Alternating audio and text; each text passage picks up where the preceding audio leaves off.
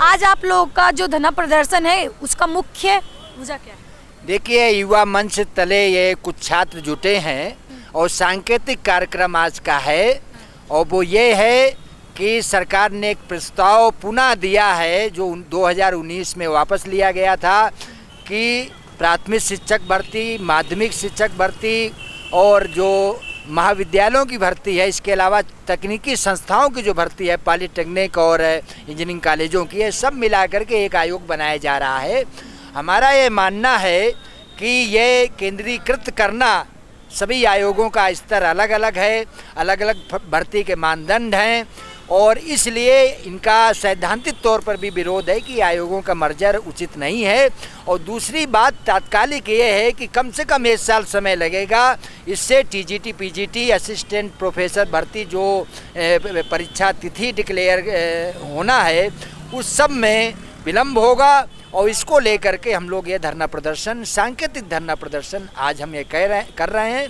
ज्ञापन यहाँ से भेजेंगे, ये ज्ञापन है मुख्यमंत्री को प्रशासन के माध्यम से, और ये मांग करेंगे कि तत्काल ये प्रस्ताव वापस लिया जाए, और जो प्रदेश में रिक्त पद हैं, खास तौर पर लंबित और प्रस्तावित भर्तियां हैं, इन सब पे तत्काल कार्रवाई की जाए।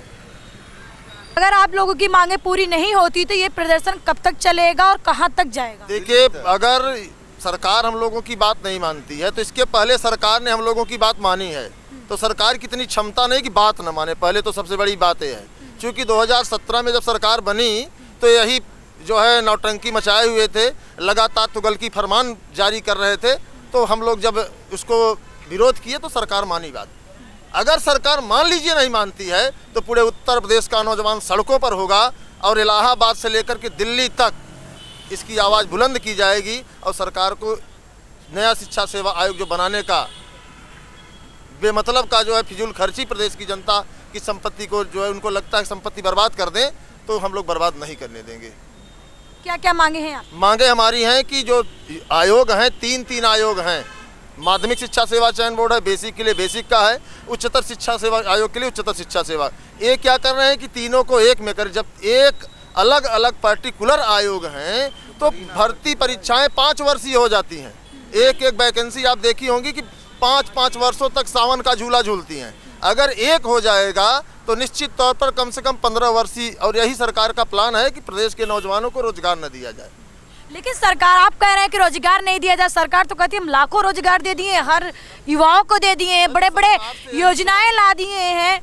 तो सरकार से यही तो है कि उत्तर प्रदेश में 2016 में 4.5 लाख सरकारी नौकरी थी शिक्षा विभाग में, इस समय जो है घट के कम क्यों हो गए, जबकि जनसंख्या बढ़ रही है। सरकार के खुद आंकड़े कहते हैं कि उत्तर प्रदेश में 6 लाख से अधिक सरकारी पद खाली है। तो जब सरकार 2 करोड़ रोजगार सिर्फ समाचार पत्रों में दिखते हैं, अगर रोजगार होता तो आप आए दिन देख रही होंगी कि अभी टेट की परीक्षा हुई थी, 37 लाख लोग सड़कों पर थे। टेट का फार्म अभी भरवाए, टेट का फार्म भरने वाले 21 लाख लोग थे। टीजीटी पीजीटी में 21 लाख लोग हैं, 14 लाख टीजीटी पीजीटी में है, तो कहाँ से रोजगार है? आप बताइए ना कि किसको रोजगार मिला भारतीय जनता पार्टी की सरकार में? सरकार तो बड़े बड़े दावे करती है कि उत्तर प्रदेश उत्तम प्रदेश बन गया है। उत्तर प्रदेश उत्तम कहाँ बना है भैया? क्राइम चरम सीमा पे है, बेरोजगारी है, भूखमरी है, जनता कितना परेशान, युवा परेशान है। आप ऐसे समझिए कि उत्तर प्रदेश अगर देखा जाए तो उत्तर प्रदेश में 2022 में सर्वाधिक मात्रा में युवाओं ने आत्महत्या किया है, खुदकुशी की है। तो सरकार की एक नाकामी है कि सरकार जो है खुद अपने पीठ को अपने आप थपथपा रही है। यह उत्तर प्रदेश के नौजवानों के लिए सबसे बड़ा दुर्भाग्य है। आपने बघाड़ा की घटना देखी होगी, जब एनटीपीसी को लेकर के छात्र सड़कों पर थे तो सरकार पुलिस के दम पर जो है दरवाजे को तोड़ कर युवाओं को पीटा करती थी। तो युवा थोड़ा डरा सहमा है कि पुलिसिया कार्यवाही न हो। बाकी अगर आपको देखना है तो आप सलोरी, बघाड़ा, तेलियरगंज, दारागंज में देखिए ना कि किस तरीके से सरकार की रोजगार व्यवस्था है। मोदी जी तो कहते हैं कि चाय बेचना भी रोजगार है, पकौड़ा बेचना भी रोजगार है, तब युवा उच्च शिक्षा ले करके पकौड़ा नहीं बेचेगा। देखिए, विकास और रोजगार की बात करेंगे तो वो अपने मुद्दे पे कभी आते नहीं। वो जो रोजगार का मुद्दा होता है और क्या कहते हैं विकास का मुद्दा होता है, उसको भटका करके दूसरे मुद्दे पे चले जाते हैं। वो जब जनता और युवा उनसे सवाल करते हैं कि आप हमको रोजगार दीजिए, तो रोजगार पे बात नहीं करते। वो हिंदुत्व की बात करते हैं और मुस्लिम की बात करते हैं। हम लोगों के दोनों से लेना देना नहीं है। अगर आप शिक्षण संस्थान को चला रहे हैं और संस्थानों को चला रहे हैं, लोगों के युवाओं को अगर रोज़गार देना चाहते हैं तो हम लोगों को रोज़गार दीजिए और मुद्दे को मत भटकाइए कि हमारे देश में विकास हो रहा है और विकास की दर 8% है। अगर विकास की दर अगर 8% है तो पर डे एक व्यक्ति की इनकम भी 800 रुपये से कम नहीं होनी चाहिए। क्या इस देश में युवाओं की 800 रुपये प्रति व्यक्ति इनकम है? क्या नहीं है। जो जीडीपी निकलती है भारत सरकार की और उनका बजट पेश होता है कि भारत सरकार का इस साल में 7% बजट दर है, वो विकास दर है। अगर विकास दर की बात करेंगे कि एक युवा को 18 साल की उम्र के बाद उसको 700-800 रुपये पर डे कमाना चाहिए, उनको नहीं मिल रहा है। उनको कहीं मनरेगा का काम दिया जा रहा है, कहीं कुछ दिया जा रहा है। अगर हमको शिक्षा संस्थान से डिग्री ले करके अगर पकौड़ना ही तलना हो तो क्या ज़रूरत है इन संस्थानों को बंद कर दिया जाए। ये निजीकरण की जो संस्थानें हैं, जिनको निजीकरण पूरा शिक्षा को पूरी तरह से ये लोग निजीकरण कर रहे हैं ताकि आने वाली युवा पीढ़ी पढ़ न पाए। और जो आयोग का गठन कर दिया जा रहा है, तीनों का, उच्चतर का, माध्यमिक का और जो आयोग है, और इन लोगों को मिलाकर इकट्ठा इसलिए किया जा रहा है कि ताकि ये भर्ती प्रक्रिया जैसे लटकीती जा रही है उसी हिसाब से लटती जाए। और पेपर बनाने वाले भी जो वहाँ आयोग में बैठते हैं वो गलत करके इसलिए करते हैं कि ताकि बच्चे कोर्ट में जाकर कि इसकी भर्ती को फंसा दे, क्योंकि बजट इनके पास भरपूर है और हमारे युवा इनको जितनी फीस लगती है उनका फीस देते हैं, कभी विरोध भी नहीं करते रोज़गार के लिए। फिर भी ये सरकार रोज़गार के विषय में कभी चर्चा नहीं की है, न रोज़गार के विषय में कभी रोज़गार देने का इनका काम होगा। हम लोगों की लड़ाई है, हमको रोज़गार चाहिए और हमारा आयोग वहाँ ना जाए, लखनऊ में और इलाहाबाद में ही रहे। क्या नाम है आप? डॉक्टर विनोद कुमार।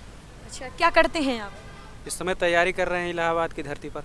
अच्छा, अभी तैयारी कर रहे हैं आप? क्या करें? कितनी उम्र है आपकी? मेरी उम्र इस समय 40 होने वाली है।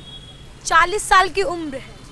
40 साल की उम्र हो गई है पढ़ाई करते करते, और आप सोचिए कि जो सरकार बड़े बड़े दावे करती है, बड़े बड़े विकास के नाम पे दावे होते हैं, बड़े बड़े नौकरियां दी जाने के वादे किए जाते हैं, लेकिन आपको बता दें ऐसे भी लोग अभी पड़े हैं जिनकी उम्र 40 साल हो गई है, लेकिन एक उम्मीद के सहारे अभी भी तैयारी में लगे हुए हैं कि शायद उनके लिए कोई अच्छा दिन आएगा, शायद उन्हें सरकारी नौकरी मिलेगी। 40 साल की उम्र तो आपकी ऐसे ही बीत गई है जी। अब क्या लगता है सरकार नौकरी देगी? उम्मीद है 1%? देखिए, इसके पहले मैं प्राइवेट डिग्री कॉलेज में पढ़ाता था, लेकिन जितने भी डिग्री कॉलेज प्राइवेट हैं सारे जगह आप कितने भी एजुकेटेड हों लेकिन आपका शोषण ही होता है। इस वजह से मैं छोड़ के एक उम्मीद लेके इलाहाबाद की धरती पे आया, जो कि ज्ञान की स्थली कहा जाता है। और इस ज्ञान की स्थली पे मैं इंटरव्यू भी दिया पिछली बार, लेकिन दुर्भाग्य से कम नंबर मिला, नहीं हुआ। लेकिन फिर भी आज उम्मीद जिंदा है, लेकिन ये सरकार लगता है उम्मीद जिंदा जो है उसको तोड़ना चाहती है और आत्महत्या के कगार पे नागरिकों को लाना चाहती है।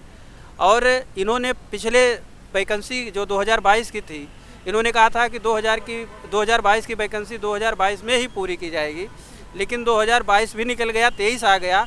अब इन्होंने विद्यार्थियों के सामने एक नया प्रस्ताव लाया है कि नया आयोग बनेगा। मेरा मानना ये है कि जिस काम को 3 आदमी मिलकर करते हैं वो समय से नहीं हो पा रहा है, तो उसी काम को अगर एक आदमी करेगा तो कैसे समय से पूरा हो पाएगा। ये नया आयोग जो बन रहा है मेरे हिसाब से ये हमारे ही पैसे का जो है दुरुपयोग होगा। और ये आयोग अगर इलाहाबाद से लखनऊ चला जाएगा तो यहाँ के जो गरीब छात्र हैं या नौजवान हैं, यहाँ के जो लोग हैं, उनके लिए सबसे ज़्यादा समस्या हो जाएगी, क्योंकि इलाहाबाद में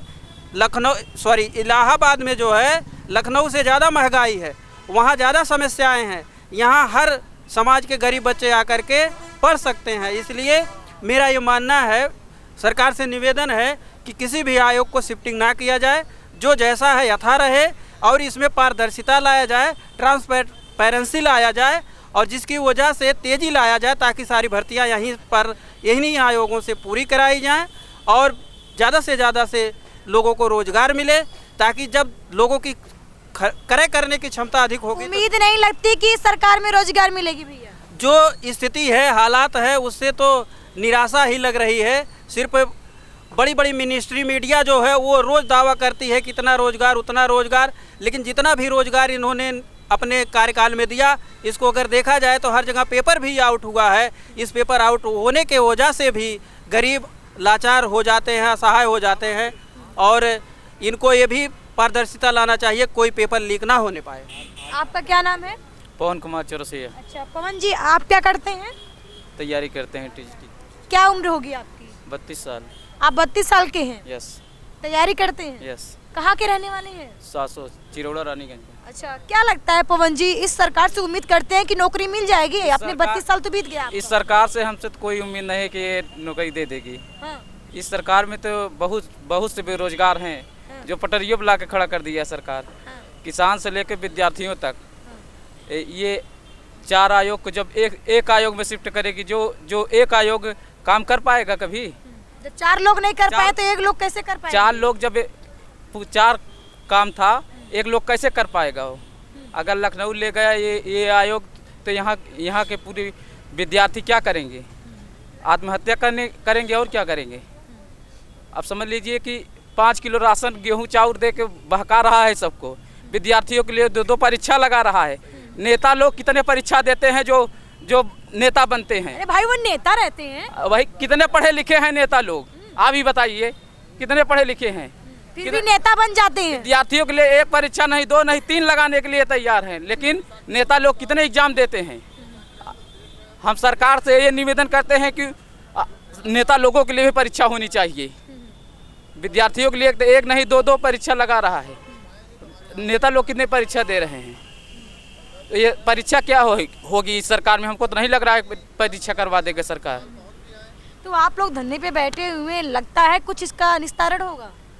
जब तक मांगे नहीं पूरी होंगी तब तक धरना यहाँ जारी रहेगा। हाँ। आपका नाम क्या है? जी मेरा नाम युगेंद्र प्रताप है। कहाँ के रहने वाले? जी मैं संत कबीर नगर जिले से हूँ। संत कबीर नगर जिले से? मैम।